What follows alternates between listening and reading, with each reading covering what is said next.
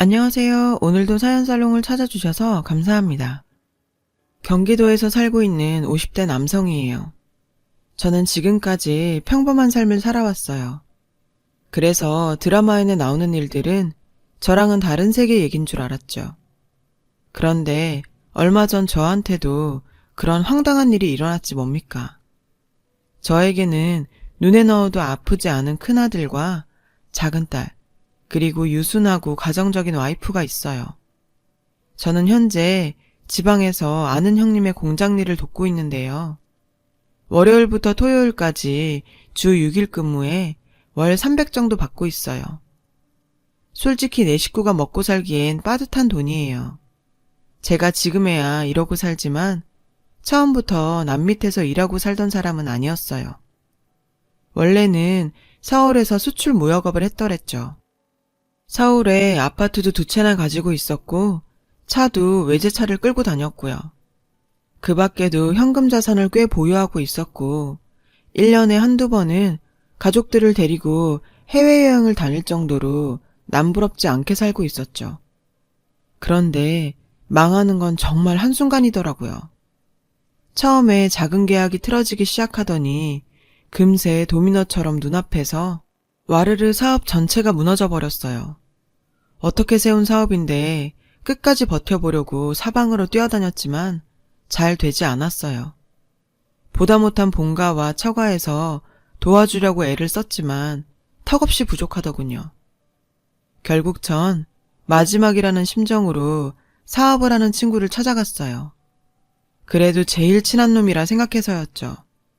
자존심 다 버리고 구질구질하게 부탁했습니다. 하지만 돌아온 대답은 싸늘했어요. 자기 보기엔 어차피 망한 게 뻔한 사업이니 그냥 접고 다른 일을 시작하라지 뭐예요. 전 친구의 멱살을 잡고 크게 다퉜어요. 가망 없어. 더 시간 끌어봤자 빚만 불어날 뿐이야. 뭐? 내가 어떻게 쌓아온 사업인데 내가 어떤 심정으로 여기까지 찾아왔는지 알기나 해? 그리고 그날 이후 저는 다시는 누구에게도 손을 벌리지 않겠다 맹세까지 했어요. 제가 가진 마지막 자존심마저 버릴 수는 없었거든요. 제 사업이 망하자 가장 힘들어한 건 작은 딸이었어요.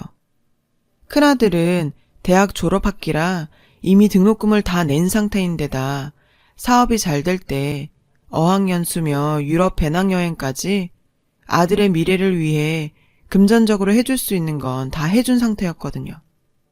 하지만 작은 딸의 경우는 달랐어요. 아직 고등학생인데다 일반고도 아닌 예고에 다니고 있어서 전학이 불가피했죠. 예고는 등록금도 비싸고 실기비까지 따로 내야 해서 도저히 현재 형편으로는 감당이 안 되더라고요. 결국 미대 진학이 꿈인 딸아이를 일반 고등학교로 전학시켰어요. 대신 미대 입시를 대비해 미술학원을 보내주기로 했고요. 그런데 참, 미대 입시학원비도 만만치 않더라고요.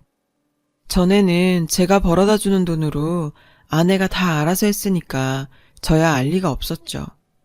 아침 7시부터 밤 8시까지 주 6일을 꼬박 일해서 월 300 손해지는 상황에 한 달에 100만 원이 넘는 딸아이 학원비 대주는 건 여간 힘든 게 아니었어요. 학원비 내는 날이 무서워질 정도로요. 솔직히 딸아이 원망도 좀 했어요. 미대 들어가는 것도 보통 일이 아니고 또 간다고 해도 전공 살려서 취업하는 것도 힘들 테니까요. 게다가 미대 나와서 잘 되려면 유학은 기본이라고들 하는데 저희한테 이제 그런 건 꿈도 못 꿀 상황이잖아요. 그런데도 집이 이렇게 된 마당에 미술을 하겠다고 그 고집을 부리니 나 원참. 전 딸아이가 미술을 관두고 그냥 취업 잘 되는 간호학과나 회계학과에 갔으면 좋겠다 아내에게 내비쳤어요. 미대는 우리 형편 좋았을 때 얘기지 지금 상황엔 아니잖아. 지금이라도 다시 생각해서 진로 바꾸게 합시다. 제대로 지원도 못 해주면 지은이도 고생할 게 뻔해. 그런데 아내가 극구 반대하는 거예요. 잠깐 형편어렵다고 앞날이 창창한 딸의 꿈을 막을 수는 없다나요. 나중에 딸한테 원망이라도 듣게 된다면 자기나 저나 많이 괴로울 거라고요. 힘 닿는 데까지는 해줄 만큼 해주자고요. 사실 전 그런 아내의 말이 곱게 들리지 않았어요. 월요일부터 토요일까지 공장에서 허리가 휘도록 일하는 건 저였으니까요. 아내는 여전히 상황 판단이 안 되는 것 같았어요. 더 이상 강남 사모님이 아니란 걸 직시해야 하는데 말이죠. 전과 달리 사는 집도 완전히 달라졌어요. 젊은 경비원이 여럿 딸려있던 고급 아파트에서 허름하고 곰팡이 핀 다가구 주택으로 이사를 했거든요. 그런데도 아내는 여전히 부잣집 사모님처럼 하고 다녔어요. 형편 좋을 때 선물로 사주었던 명품 가방들을 그대로 들고 다니더라고요. 중고샵에 갖다 팔면 그게 다 돈인데 말이죠. 여보, 그 가방 이제 파는 게 낫지 않아? 이런 동네에서 그렇게 다녀봤자 짝퉁 소리밖에 못 들을 텐데. 모르는 소리 말아요. 여자들은 명품 가방 하나쯤은 있어야 된다고요. 참, 지금 우리가 그런 거칠애하고 살 처진가요? 가방 팔아 생활비에 보태면 얼마나 좋아요. 남편 고생하는 건 생각도 안 하고 말이죠. 그러던 어느 날이었어요. 그날은 제 월급날이었죠. 퇴근하고 집에 가는 길에 트럭에서 파는 전기통닭 한 마리를 사서 들어갔어요. 딸이 치킨을 참 좋아하거든요. 전 방에서 그림을 그리고 있던 딸에게 나와서 치킨 먹자고 했어요. 그랬더니 딸이 됐다고 하더군요. 우리 딸 치킨 제일 좋아하잖아. 왜? 무슨 일 있어? 아빠, 학원에서 나만 빼고 다 특강한대. 나 이제 쪽팔려서 어떻게 살아? 특강이라니 그게 무슨 소리야? 의아해하는 절 보곤 아내가 다가왔어요. 특강비가 너무 비싸서 하지 말랬더니 지 친구들은 다 한다고 전 난리네. 미술학원에서 방학을 맞아 특강을 하는데 글쎄 특강비가 기존 학원비의 2배라는 거예요. 200만 원이요. 전 비싼 특강비 얘기를 듣자 입맛이 싹 달아났어요. 지금 형편으론 가당치 않은 금액이긴 하지만 저렇게 슬퍼하는 딸의 얼굴을 보니 어떻게든 돈을 마련해주고 싶었죠. 그때 제 눈에 아내의 명품 가방이 들어왔어요. 여보, 저 가방 이제는 파는 게 좋지 않아? 그랬더니 아내가 대뜸 화를 내는 게 아니겠어요. 돈은 미국에 사는 언니한테 빌려보겠다면서요. 아내의 친언니는 미국에서 미용실을 크게 하고 있거든요. 저희가 망해서 거리에 나앉을 때 지금 살고 있는 이 빌라 전세 자금을 내준 사람이 바로 처형이었어요. 돈은 안 갚아도 되니까 용기 잃지 말고 살라고요. 그 일로 아내는 처형한테 미안한 마음을 크게 가지고 있어요. 저도 처형한테는 늘 고맙고 미안한 처지고요. 그런데 사람이 참 자식 앞에선 뻔뻔해지나 봐요. 이번에도 결국 처형한테 손을 벌리고 말았거든요. 나중에 일이 잘 풀리면 전부 갖겠단 마음이었죠. 그렇게 딸아이는 다른 친구들처럼 방학 특강을 듣게 되었어요. 그런데 그 사건을 계기로 아내와 전 조금 멀어지게 되었어요. 아내는 예전처럼 밝아 보이지 않았죠. 이제 정말 우리가 망했다는 걸 실감이라도 한 듯 어두운 표정이었어요. 대화도 많이 줄었고요. 전 이 모든 게 다 제가 부족해서 생긴 일이라고 생각했어요. 돈만 있으면 뭐든 살 수 있고 가정의 화목도 이룰 수 있을 거란 생각이 들더군요. 실제로 그렇기도 하고요. 사실 살다 보면 일어나는 대부분의 문제가 돈 때문이잖아요. 그러던 어느 날 공장 형님이 일요일에도 일해줄 수 있겠냐고 묻더군요. 얘기를 들어보니 야근비에 주말 수당까지 돈이 꽤 되더라고요. 그래서 전 이참에 딸아이 대학 등록금이라도 마련해야겠다는 생각으로 하겠다고 했어요. 숙식은 공장에서 마련해준 기숙사에서 하게 되었고 가족들이 있는 집에는 2주에 한 번 정도 갈 수 있었어요. 그렇다 보니 집안 사정은 아내와 통화를 하며 듣는 게 고작이었죠.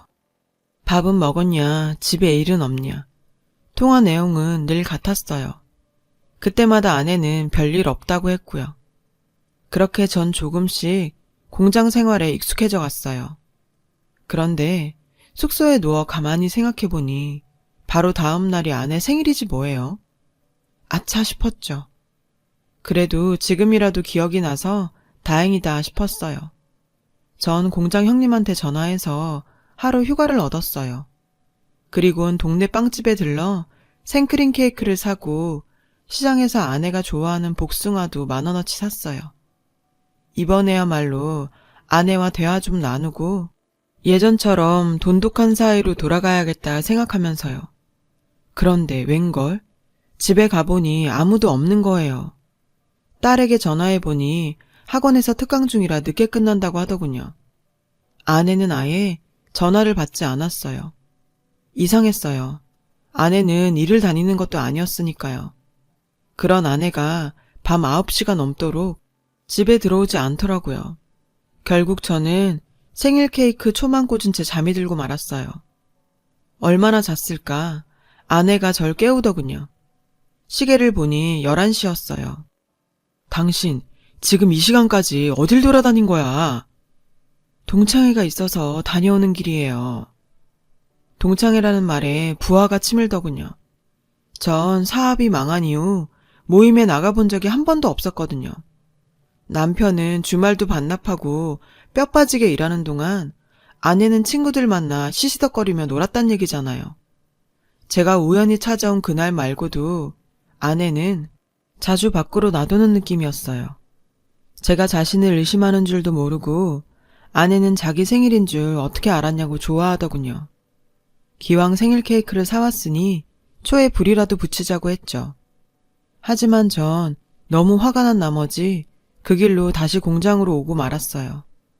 공장으로 돌아와 딸아이에게 전화를 걸었어요. 그리곤 물었죠. 엄마가 자주 외출하냐고요. 그러자 딸이 좀 머뭇거리더군요. 딸아이 말로는 엄마가 하루가 멀다 하고 밤마다 어딜 나간다는 거예요. 어디 가냐고 물어도 그냥 친구 만나러 간다고 했다네요. 저는 딸에게 왜 지금까지 아무 말도 하지 않았냐고 다그쳤어요. 그러자 딸은 엄마 아빠 사이에 혹여 분란이라도 일어날까봐 걱정이 돼서 말 안 했다고 하더군요. 전 이 이야기를 공장 형님한테 했어요. 그러자 형님이 심각한 얼굴로 그러더군요. 제 와이프가 바람이 난 것 같다고요. 딱 봐도 바람이네. 얘기 들어보니까 좀 된 것 같은데? 네, 제가 생각해도 이건 바람이 분명한 것 같았어요. 일도 안 하는 아내가 밤마다 나갈 곳이 어딨겠어요. 잘 나가던 사모님에서 이 모양 이 꼴이 됐으니 아내도 도피할 곳을 찾고 싶었을 거란 생각이 들더군요.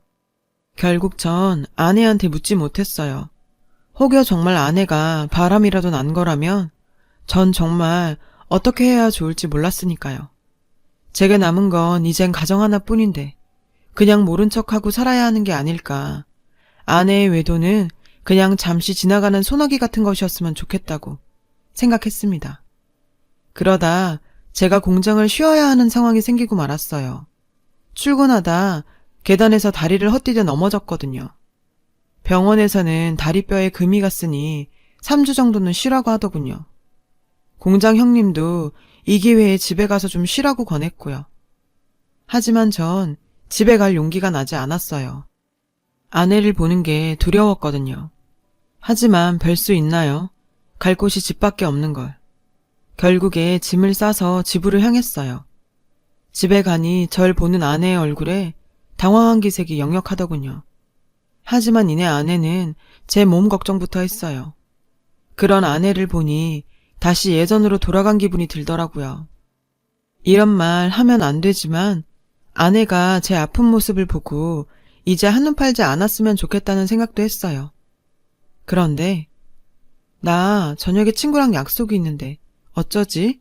내가 죽 끓여 놓을 테니까 데워 먹어요. 전 아내의 말에 화를 참지 못하고 결국 욕을 하고 말았어요. 아내는 무척 당황하더군요. 하지만 그런 상황에서도 아내는 끝내 외출을 했어요. 전 비참한 마음에 아내가 끓여준 죽을 싱크대에 모조리 버렸어요. 그리곤 아내가 정말 친구를 만나러 간 것일 수도 있지 않느냐며 애써 스스로를 다독였어요. 절뚝거리는 발로 설거지를 하면서요. 그러다 문득 한국 생활을 정리하고 미국에 가서 새 삶을 시작하는 게 낫지 않을까 하는 생각이 들더군요. 그래서 미국 처형한테 전화를 걸었죠.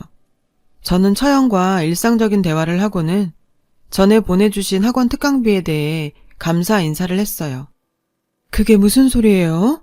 난 돈 보내준 적이 없는데 특강비라니? 네? 아내 말로는 분명히 처형이 우리의 특강비를 계속 내주고 계신다던데요. 처형은 빌라 전세금을 제외하고는 한 번도 돈을 보내준 적이 없다더군요. 게다가 아내가 처형과 통화하면서 요즘 형편이 나아져서 괜찮다고 했다나요. 오히려 처형이 더 의아해하더군요. 그러면서도 언제든 미국에 오면 생활할 수 있게 도와준다고 했어요. 처형과 통화를 마친 전 오히려 머릿속이 복잡해졌어요. 미술학원 특강비의 출처 때문이었죠. 아내는 자정이 넘도록 집에 돌아오지 않았어요. 그날 밤 저는 뜬 눈으로 밤을 지새웠죠. 새벽 2시쯤이었을까요? 문 열리는 소리가 들리더군요. 전 거실로 조용히 나갔어요. 아내가 얼굴에 땀이 송골송골 맺힌 채 들어오고 있었죠. 추운 날씨에도 불구하고 말이에요. 머리칼도 헝클어진 채로요. 아내는 절 못 봤는지 곧바로 화장실로 들어가 샤워를 하더군요. 전 아내가 어떻게 학원비를 마련했는지, 그리고 밤마다 어딜 다니는 건지 수많은 의문에 휩싸여야 했어요. 그렇게 뜬 눈으로 밤을 지새우고 다음날 아내에게 물었어요. 어젠 왜 그렇게 늦었냐고요. 그러자 아내는 횡설수설 하더군요. 아줌마들이랑 수다를 떨다 보니 시간 가는 줄 모르겠더라고. 커피 마시고 수다 떨다 노래방 가선 신나게 놀다 보면 정말 시간 가는 줄 모른다니까. 근데요, 무슨 수다를 하루가 멀다 하고 떤답니까? 지어낼 거면 제대로나 지어낼 것이지. 저는 아내의 어설픈 거짓말을 단박에 간파했지만 차마 지난밤 어디서 무얼 했냐고 따져 묻지는 못했어요. 결국 전 아내의 뒤를 밟기로 했어요. 다음날 아내에게 공장에 일이 생겨서 잠깐 가봐야겠다고 말했어요. 아내는 그 몸으로 어딜 가냐고 걱정을 했지만 아내가 속으로는 기뻐하고 있을 거라고 생각했죠. 집을 나선 저는 집 근처에서 시간을 때우고 있었고 저녁 8시가 되자 아내가 집에서 나오더군요. 아내가 버스에 오르는 걸 확인하곤 택시를 타고 아내가 탄 버스를 쫓았어요. 1시간 정도를 따라갔을까요? 마침 아내가 버스에서 내리더군요. 서울 시내였어요. 시간은 벌써 9시가 넘었더라고요. 버스에서 내린 아내는 어디론가 종종 걸음을 쳤어요. 따라가 보니 제가 잘 아는 동네더군요. 제가 사업을 하던 시절 제 사무실이 있던 동네였어요. 뒤따르는 내내 아내가 왜 하필 이 동네로 온 걸까 생각했어요. 하지만 궁금증은 생각보다 빨리 풀리게 됐죠. 아내가 향한 곳은 다름 아닌 한때 제 절친이었던 친구놈의 사무실이 있는 건물이었거든요. 순간 다리가 후들거리기 시작했어요. 모든 퍼즐이 다 맞춰진 것 같았거든요. 내 친구놈과 아내가 불륜을 저지르는 게 너무나 분명했어요. 친구와 제가 사이가 좋았던 시절 녀석은 제 아내와도 사이가 좋았었거든요. 비혼주의라는 놈이 가끔 농담조로 제 아내 같은 여자가 있다면 당장이라도 결혼하겠다고 했을 정도니까요. 그 놈이 옛날부터 제 마누라를 탐내고 있었던 것이 분명했어요. 아내도 그 친구를 보고 결혼하면 좋은 남편에 좋은 아빠가 될 거라고 얘기할 정도로 호감을 보이기도 했고요. 둘 사이에 뭔가 있는 것이 분명했어요. 모르긴 해도 딸의 특강비도 그놈이 챙겨줬겠죠. 전 모든 걸 포기하는 심정으로 아내를 뒤따라 건물로 들어갔어요. 그런데 로비에 들어서니 야간 경비원이 절 막더군요. 무슨 용무로 찾아오신 겁니까? 방금 들어간 여자, 그 여자를 찾아왔습니다. 누구? 아, 박 사장님 친구분이요? 박 사장이 앞서 말한 제 친구놈이에요. 이미 경비원도 알 만큼 들락거린 모양이었어요. 순간 전 머리가 돌아버릴 것 같았죠. 전 막무가내로 엘리베이터로 향했어요. 경비원이 절 막으려 했지만 재빨리 엘리베이터에 올라 친구놈 사무실이 있는 층을 눌렀죠. 엘리베이터에서 내려보니 사무실 안은 불이 꺼진 채 컴컴했어요. 다른 직원들은 모두 퇴근한 모양이었고요. 그때였어요. 저 멀리 사장실 문틈에서 불빛이 새어나오는 게 보였어요. 안에서 사람 말소리가 들리더군요. 머릿속은 온통 친구놈과 아내가 사장실에서 뒹구는 모습으로 가득했죠. 그렇게 굴욕적이고 참혹한 심정으로 사장실 문을 벌컥 열었어요. 그런데 그곳에는 제 친구는 혼자 있는 게 아니겠어요. 전화통화를 하고 있던 친구는 갑작스런 제 방문에 의아한 표정이었죠. 연락도 없이 내가 여긴 웬일이야? 전 다짜고짜 소리쳤어요. 어딨어? 우리 마누라 어디 숨겼냐고? 그게 갑자기 무슨 소리야? 재수씨가 어딨냐니? 전 다리를 절뚝거리며 다가가 친구놈의 멱살을 잡았어요. 그제야 친구놈은 당황한 기색을 보이더군요. 그 모습에 전 확신할 수 있었어요. 놈이 내 아내와 붙어먹고 있다는 걸요. 네가 뭐가 모자라 남의 와이프까지 건드려? 너 나 죽는 걸 보고 싶어? 일단 이거 놓고 얘기해. 네가 생각하는 그런 게 아니야. 그런 게 아니면 왜 우리 마누라가 밤마다 네 사무실에 찾아오는 건데? 그건 그런 게 아니고 미치겠네. 친구놈은 변명을 하는데 급급했어요. 전 가증스런 녀석의 얼굴을 치려고 주먹을 들었죠. 그런데 그 순간 아내 목소리가 들렸어요. 여보, 그만해요. 나 여기 있어요. 고개를 돌려보니 문가에 제 아내가 서 있더군요. 파란 청소 아줌마 옷차림으로 손엔 대걸레를 든 채로요. 여보, 당신이 왜 그런 옷을 입고 있어? 손에 대걸레는 뭐고? 미안해요. 진작 말 못해서. 아내는 그 자리에 주저앉아 펑펑 울더군요. 친구놈은 그제야 그간의 상황을 설명해 주었어요. 몇 달 전 녀석은 아내로부터 온 전화를 받았다더군요. 혹시 일자리를 주선해 줄 수 있겠냐고요. 재수 씨한테 차마 험한 일을 시킬 수 없어 처음엔 격리 일을 주선했다고 하더군요. 하지만 아내는 사회생활 경험이 없는 자신 때문에 괜히 피해를 주기 싫다며 격리 자리를 극구 거절했다는 거예요.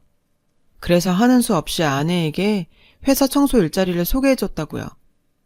평일 저녁에 5시간 정도 일을 하지만 친구놈은 사장 재량으로 월급을 좀 더 챙겨줬더군요. 정 그제서야 왜 아내가 매일 밤 땀 범벅이 된 채 돌아와 샤워를 했는지 알 수 있었어요. 그런 줄도 모르고 지금껏 아내의 외도를 의심했다니. 제가 생각해도 제 자신이 너무 한심했어요. 파란 청소복을 입고 서 있는 초라한 아내를 보니 차라리 잘 차려입고 나가서 바람이라도 피웠더라면 지금처럼 이렇게 미안하고 안쓰럽진 않았을 텐데 하는 생각이 들더군요. 이런 아내를 철없고 세상 물정 모르는 그런 여자라고 원망했던 제가 바보였죠. 딸아이 특강비를 감당하기 위해 밤마다 건물 청소 일을 다녔을 아내를 생각하니 미안해서 고개를 들 수가 없었어요.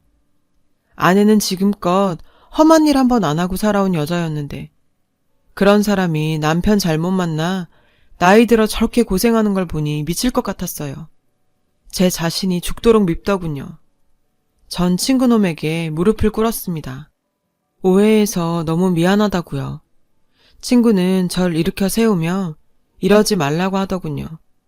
자기가 진작 얘기를 했어야 했는데 오히려 미안하다고요. 그 길로 전 아내와 함께 집으로 돌아왔어요. 아내는 지금까지의 일을 모두 털어놓았죠. 그리고는 장롱에서 명품 가방을 꺼내왔어요. 그건 얼마 전까지 제가 팔라고 했던 바로 그 명품 가방이었어요. 아내는 울먹이면서 가방을 열어 상표를 보여주더군요. 여보, 이거 사실 짝퉁이에요. 원래 거는 진작에 팔아서 생활비에 보태 썼어요. 왜 나한테 진작 얘기 안 했어? 난 그것도 모르고 괜히 당신만 원망했잖아. 아내는 제가 상처를 받을까봐 명품을 팔고 똑같이 생긴 짝퉁백을 메고 다녔던 거였어요. 그 백은 제가 아내에게 결혼 20주년에 선물로 준 사연 있는 가방이었거든요. 전 그날 아내와 부둥켜 안고 참 많이 울었어요. 어려움 속에서도 가정을 위해 묵묵히 희생한 아내한테 미안하고 이런 사람이 내 아내라서 감사하는 마음뿐이었죠. 그날 이후 전 공장 생활을 정리하고 집으로 돌아왔어요. 낮에는 택배 상하차 일을 하고 밤에는 대리운전을 하고 있죠. 공장 생활보다 조금 고되기는 하지만 가족들과 함께 있을 수 있어서 훨씬 행복해요. 아내는 제 만류에도 불구하고 여전히 청소일을 하고 있어요. 딸애가 대학에 들어갈 때를 대비해서 한 푼이라도 더 모아놔야 한다면서요. 그렇게 우리 부부는 서로 합심해 어려운 상황에 맞서고 있답니다. 그리고 얼마 뒤 우리 집에 좋은 소식이 들려왔어요. 아들의 취업과 딸의 미대 합격 소식이었죠. 잃는 게 있으면 얻는 게 있듯이 우리 집은 비록 돈은 잃었지만 전보다 커다란 행복을 얻을 수 있었어요. 아내와 저는 요즘 노후에 대해 종종 얘기해요. 딸애가 대학을 졸업하고 나면 처형이 있는 미국에 가는 게 어떨까 하고요. 여행도 다니고 다시 한번 신혼 때처럼 살아보자고요. 전 인생에는 참 많은 굴곡이 있지만 그 굴곡 끝에는 무지개가 있다고 믿어요. 우리 부부는 그 무지개를 향해 오늘도 열심히 살아가려고 합니다. 아내에게 진심으로 감사한 마음입니다. 지금까지 제 사연을 들어주셔서 감사드리고요. 여러분의 가정에도 행복이 가득하시길 바래요. 여러분, 사연 댓글에 응원과 현명한 조언 부탁드려요. 좋아요와 구독은 저에게 큰 힘이 됩니다. 오늘도 좋은 일 가득하세요.